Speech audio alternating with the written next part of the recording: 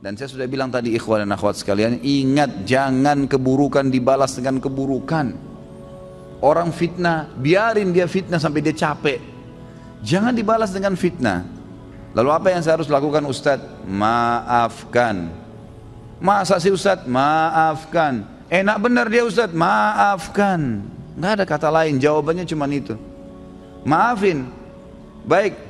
Lalu dia bagaimana? Sudah enak-enak berbuat fitnah saya, sebarin saya. Allah ada.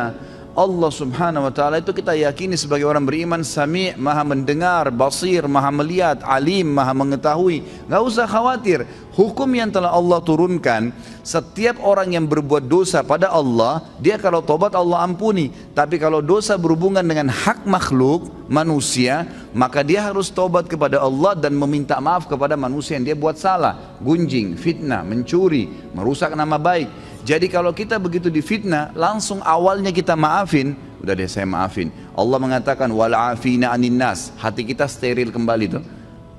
Kita mendapatkan pahala karena menjalankan perintah Allah dan Rasulnya, gitu kan? Dan dia selama dia dalam hukum Allah yang kita yakini, dia selama tidak minta maaf dengan kita, hukuman Allah tetap datang pada dia. Gak usah khawatir, gitu kan? Apa yang kita mesti khawatirkan? Toh dia akan dihukum sama Allah kok.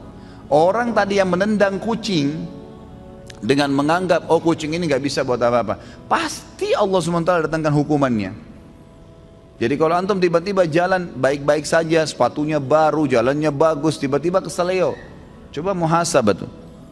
Biasanya kata ulama, Allah subhanahu wa ta'ala pada saat mendatangkan sebuah hukuman kepada seorang hamba, itu Allah lintaskan di benak dia dosa yang dia lakukan.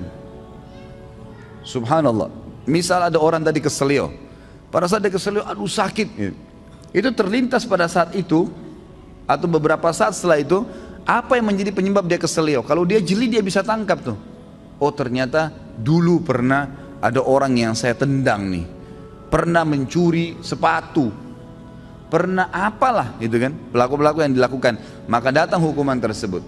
Orang kalau masuk rumah sakit tiba-tiba kemudian dirawat di rumah sakit selama 3 hari harus dirawat, demam berdarah atau penyakit apa saja ya. Kemudian dia pada saat sakit pastikan kalau dia peka, kalau dia kembali kepada Allah, dia bermuhasabah, ya Allah ini apa penyebab dosa saya bertobat sama kamu, kalau seandainya ada perbuatan salah, itu pasti terlintas di benaknya apa penyebabnya tuh. Misal tiba-tiba dia teringat, oh dulu pernah dia minum khamar, oh dulu pernah dia buat sesuatu yang haram, terlintas tuh istighfar kepada Allah, gitu kan. Seperti itu.